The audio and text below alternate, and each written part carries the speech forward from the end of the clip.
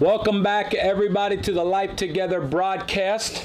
We are on part 16 of our 20-part series here on First Love. We've been working through the Song of Solomon. I've never done a study like this before, to be honest. We were actually talking with a friend of ours one time who's heard me teach quite a bit. I mean, that's kind of where she got her grounding, was in some of our teaching back in the day when she was in high school. But she goes, I've never heard you teach out of the Song of Solomon. I said, I never have. So this is honestly new territory for me as well. But we're in part 16. And part 16, first love is always on guard. And we'll explain that as we go through this. We're in chapter 5. We're going to read verses 2 through 8 to get started. Just 2 through 8? 2 through 8. Okay, I have to tell me if I go too far. Stop at verse 8. See what I deal with here. Go ahead. I slept, but my heart was awake. Listen, my beloved is knocking. Open to me, my sister, my love, my dove, my perfect one. For my head is wet with dew, my locks with the drops of the night. I had put off my garment, how could I put it on again? I had bathed my feet, how could I soil them? My beloved thrust his hand into the opening, and my inmost being yearned for him. I arose to open to my beloved, and my hand dripped with myrrh, my fingers with liquid myrrh upon the handles of the bolt. I opened to my beloved, but my beloved had turned and was gone. My soul failed me when he spoke. I sought him, but did not find him. I called him, but he gave no answer. Making their rounds of the city, the sentinels found me. They beat me. They wounded me. They took away my mantle, those sentinels of the walls. I adjure you, O daughters of Jerusalem, if you find my beloved, tell him this, I am faint with love. Hey, you stopped at the right one. I did. There was a gap. So again, first love is always on guard. Hope that maybe even in reading that I could see where I got that from, but maybe you don't. So we'll continue on. Let me start by flipping over to Revelation chapter 3. Revelation.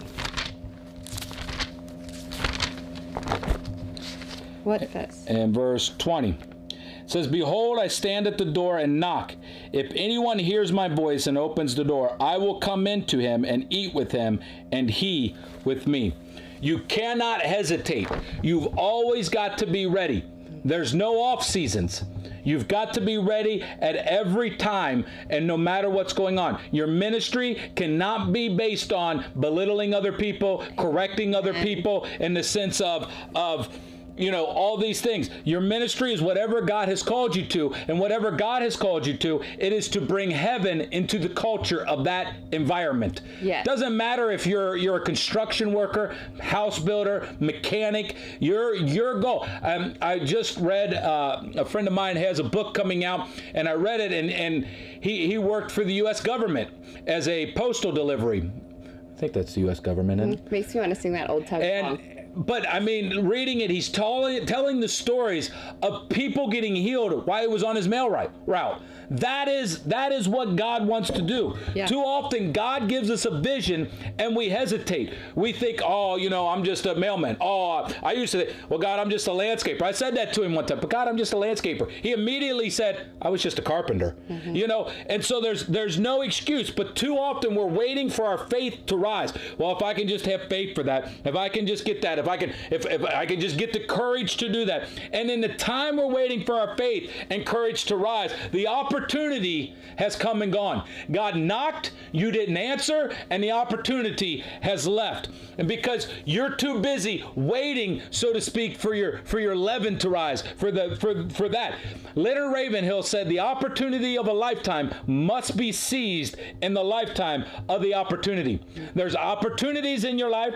There's certain promises. There's certain visions that only have a season of time to operate in.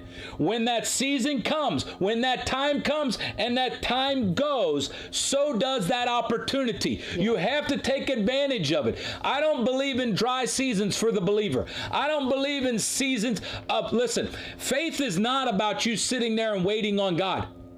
It's not, no, faith is active. Faith is you taking what the Word of God says and marching it out. I'm not saying there aren't times where God says, wait, but that's not faith. Faith is active and always moving. And so we have to seize the opportunity when it is there. We cannot hesitate. I understand that there are times for waiting, but when it comes to our calling, too often we operate in this we're waiting on God to do this out of fear rather than on God's timing, believing in faith and seeing Him provide supernatural provision. Okay. Well, I don't know how far are you. I'm doing verses 2 to 6. I'm just started, and just talking about how I sleep but my heart is awake. In other words, you can't. My beloved is knocking. You can't hesitate. You got to boom immediately. God's knocking at the door. You cannot hesitate. You have to immediately do it. It's true, but it's also, if you look at it, they weren't ready. They say, I can't come to the door. I don't have, I'm in my jammies. I can't come to the door. I already washed my feet. I don't want to get them dirty again. But really, this is what we do a lot of times. If I've talked to a lot of people and they can hear the voice of God, especially when they're out among people. You get hey, I should go help. Hey, I should do this. Hey, I should pray for them. Just an inkling that comes up, and we immediately go, but I can't. I have my kids. I have to get to work. I have this to do. I don't look very nice. I know these people from high school. I don't want to talk to them. Whatever your excuse is, and you leave, and then the regret lingers, and you go, man, I wish I had done it. I wish I had stepped through the opening that was given to me. What if they didn't receive it? Doesn't matter. I never even tried because I wasn't prepared. So when you get up in the morning, get your stuff together. Be prepared for the day ahead of you, because it says, just like he said, we are to be in season regardless of season. There is no time off for us. We are to represent Christ in every way at all times. Right. And when God gives you something, when you connect with God, he's going to give you a reason for your gifting. He's going to give you a calling. He's going to give you an assignment.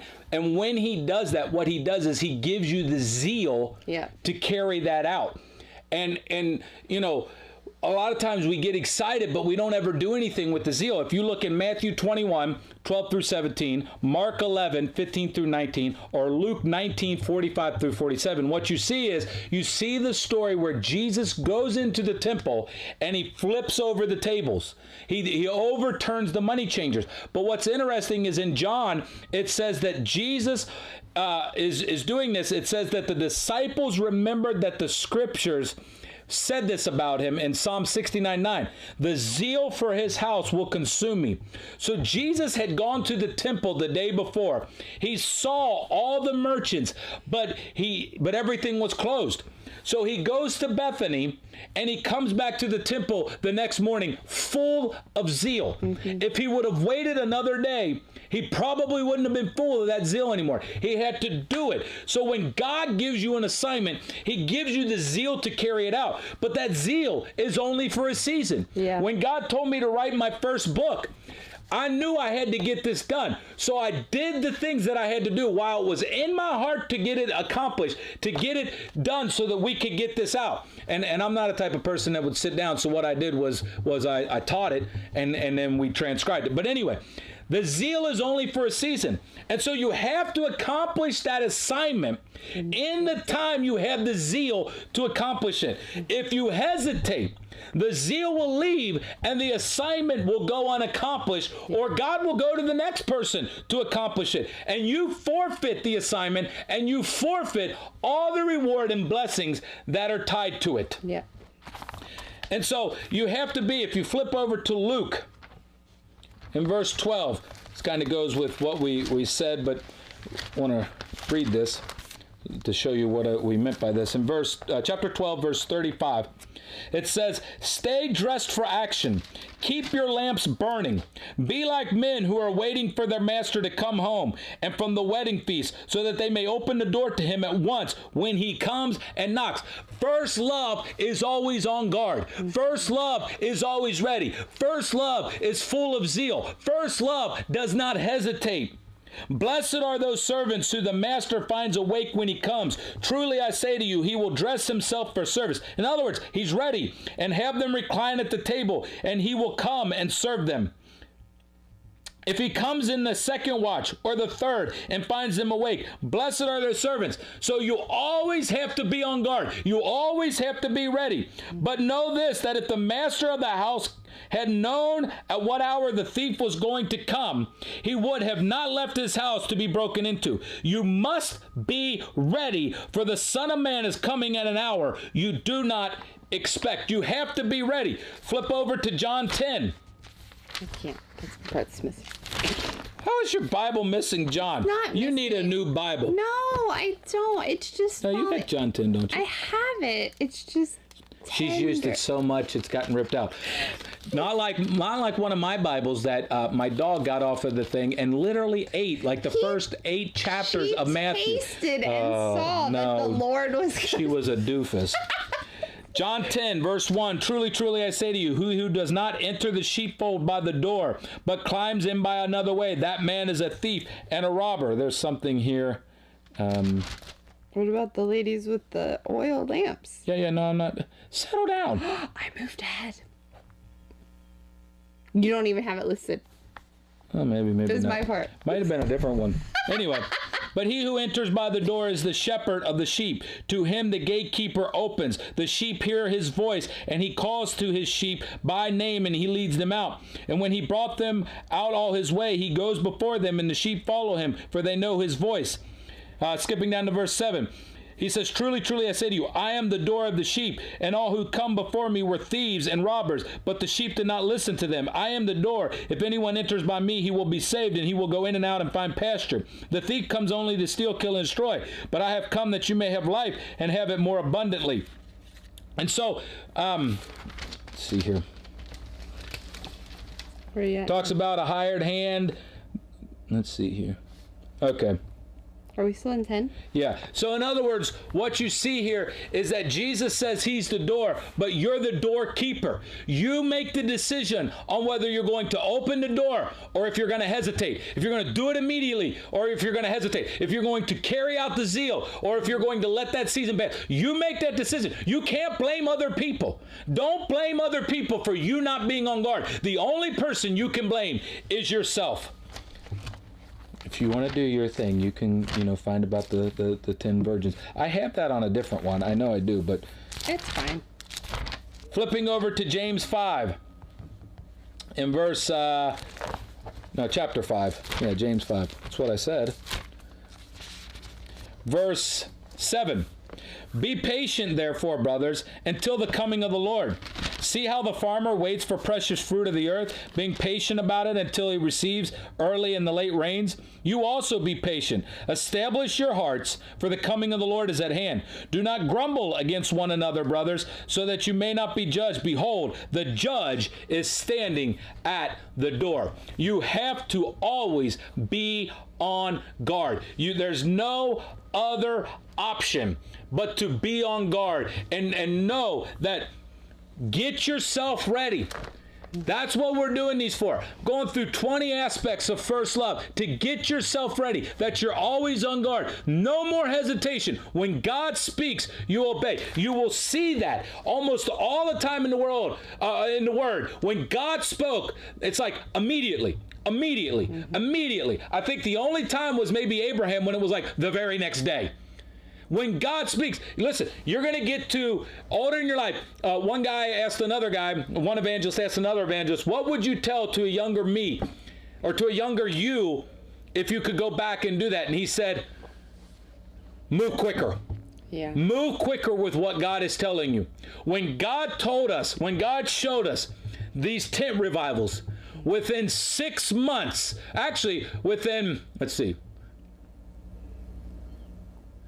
3 months, we were already doing another tent revival. We were putting the ministry together. We were contacting people. We didn't hesitate very long. Like, we started to move forward. We started to see how God wanted us to do this. Now, doing tent revivals, there's a lot of things to get in line, but we began immediately to move forward with that. You have to always be on guard. Well, and when God told us to actually purchase our own tent, I purchased it within 24 hours. But it was a big decision. It was hard. Quite a bit of money. And so when we did it, immediately... Tents are not cheap. Immediately. I'm talking within like the next 3 days. Something Doors like that. Opened quickly. Doors opened and dates got confirmed. Right. Things that we had been pressing for a while. But we had to do our act of obedience. And he just opened the doors. When God told me to take the next step, I didn't hesitate. Within 24 hours, I had purchased the tent, and it was on its way. They already had one made, so it was literally on its way for the most part. And like within 24 hours of that, we had 2 more tent revivals booked. Within maybe a month, we had the other 2 and had the 5 that God told us to do. So it was that quick. Now, going over to or finishing this up with verses 7 and 8. Talking about what the watchmen are doing here to her. Listen, as a watchman, are you correctable? As a person who's seeing what's going on in the world, are you correctable? Are you beating people over the head? Like I said at the beginning, your ministry can't be to find all the negative things wrong with other people. God spoke to me, I listened to a preacher one time. I try to get ahead of myself. I listened to a preacher one time, and he was going on, and I was in firm disagreement. He was Old Testament, bad, bad, bad, bad. New Testament, good, good, good. You cannot do that. That's good God, bad God. That's not the Bible. This is one continuous thought of God. And I said, God, how do you counteract this? He said, by telling the truth. It wasn't to call that man out. It wasn't to tell him how bad he was. It wasn't, no, it is to tell the truth. You have to be somebody who is always on guard to tell the truth. Hebrews chapter 12 and verse 5. And have you forgotten the exhortation that addresses you as sons? My son, do not regard lightly the discipline of the Lord, nor be weary when you're reproved by him. For the Lord disciplines the one he loves and chastises every son whom he receives. It is the discipline that you have to endure. God is treating you as a son. For what son is there whom his father does not discipline? Are you easily offendable? If you're easily offendable, then you have major issues. There's no offense in first love. Yeah. Because when you really get first love, you move into a place where you go into, really, when Jesus died on the cross, the veil between the most holy place rent in two. And we now have access to the throne room of God. And when you get in there, there's no battling. There's no offense. There's no struggle. It's the effortless flow of God. That is where we have to operate from. And that, when you're in that place, you're always on guard. You always want to do what the Father is saying. I only do what I hear or see the Father doing. I only say what I hear the Father saying. Jesus is still doing that to this day. And so you have to, first love is always on guard. Yes. Anything else? No, did a great job. And so we want to give you the opportunity to sow into what God's doing here, into what God's doing with these 10 revivals and these broadcasts and different things. And as we've been going through, I said last time that in 2 Kings 4, the woman had received the gift of a son. The son had died. She goes to get Elisha, the one who, pretty much the harvester. And Elisha sends ahead Gehazi. Mm-hmm. And Gehazi can't get the job done. Well, we find out even in the very next chapter that Gehazi had secret sin. He had things in his life that he was holding on to. If you got secret things in your life, first love isn't going to be yours. Yeah. You can give to your blue in the face. And you'll see a little bit. But if you want the full effect of what God's doing, get sin out of your life and start to plant seed. You've got to plant seed, and you've got to plant holy seed. Gehazi runs ahead to get something from Naaman, not in the next chapter. Not trusting God, wants that payment from him. So this is already in his heart. Yeah. So when he runs ahead to the dead boy, there's nothing that can be done. Get clean and then get seed in the ground. And this is a place where you could put seed in the ground. Yeah. You can go to thisislifetogether.com/give. You can give via credit card there. You can give securely with your bank account. It is tax deductible. If you'd want to write a check, it's P.O. Box 4113, Lawrenceburg, Indiana 47025. All those ways are tax deductible. If you can't give those ways, Cash App is $Life Together Ministry. That is not tax deductible, but there are people who prefer to give that way because they just want to sow into what God is doing on the earth today. And everybody who partners with us, again, I'll tell you, for a monthly.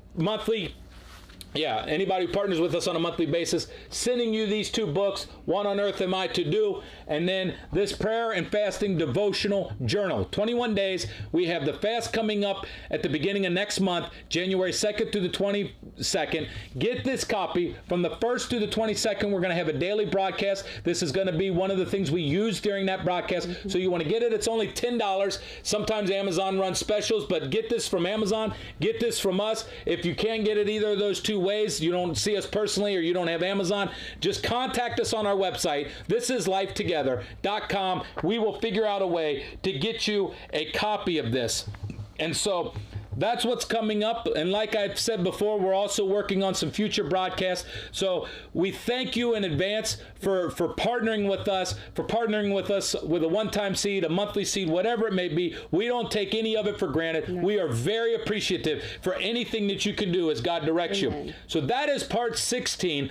First Love is always on guard. We will be back with part 17, which will be just a couple days before Christmas. So actually, I didn't plan it this way, but our next broadcast will actually be talking about something that should be happening, on Christmas with Jesus' birth. I don't even know that we'll talk about it, but maybe. But anyway, until then, please share the broadcast, hit subscribe on the YouTube channel if you're on there. This helps us overcome the algorithm, especially on Facebook, by liking, sharing, and even commenting. So comment away. I don't care how many times you comment. Just comment, Anyway, thanks for joining us. We will see you next time. Love you.